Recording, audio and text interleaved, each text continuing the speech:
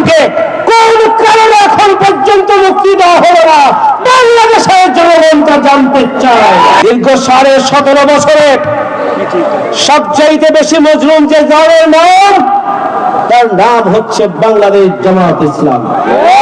আমাদের 11 জন শীর্ষ নেতাকে হত্যা করা হয়েছে। আমাদের এগিয়ে রাজাউল ইসলাম জামাত ইসলামের শীর্ষ নেতা 14.5 বছর জুড়ে কারাগারে রয়েছে, এখন পর্যন্ত তিনি মুক্তি পান নাই।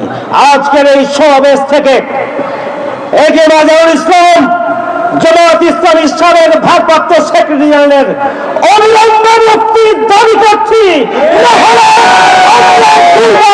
আন্দোলন করে তুলব।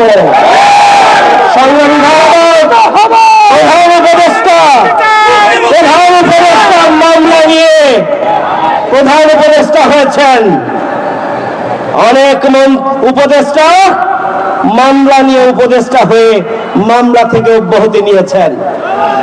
আমাদের বিরোধী দলীয় প্রধান, বিরোধী দলীয় নেত্রী খালেদা জিয়া, তিনিও মামলায় ছিলেন। 5 আগস্টের পরে তিনি ঘরে ফিরে আসতে পেরেছিলেন। জামাত ইসলামের অন্যতম সহকারী সেক্রেটারি জেনারেল, সাবেক ভারপ্রাপ্ত সেক্রেটারি জেনারেল এটিএম আজহারুল ইসলামকে কোন কারণে এখন পর্যন্ত মুক্তি দেওয়া হলো না, বাংলাদেশের জনগণ তা জানতে চায়। জামাত ইসলামী বাংলাদেশ কম কুরবানি করে নাই, 5 শতাধিক নেতা কর্মী জীবন দিয়েছে। জামাত ইসলামের কেন্দ্রীয় অফিস থেকে শুরু করে সকল ইউনিট, ওয়ার্ডের অফিস পর্যন্ত বন্ধ করে দেওয়া হয়েছিল। জামাত ইসলামের শীর্ষ নেতৃবৃন্দের সন্তান থেকে শুরু করে নেতা কর্মীদেরকে গুম করা হয়েছিল।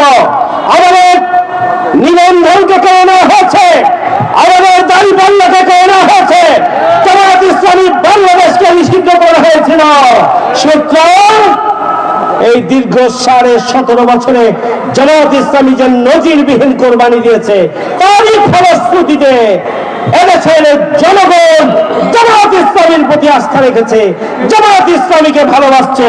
জামাত ইসলামীর প্রতি আস্থা রেখে আগামী দিনে একটি নতুন বাংলাদেশ বিনির্মাণে জামাত ইসলামীকে দিয়ে তারা স্বপ্ন দেখছে।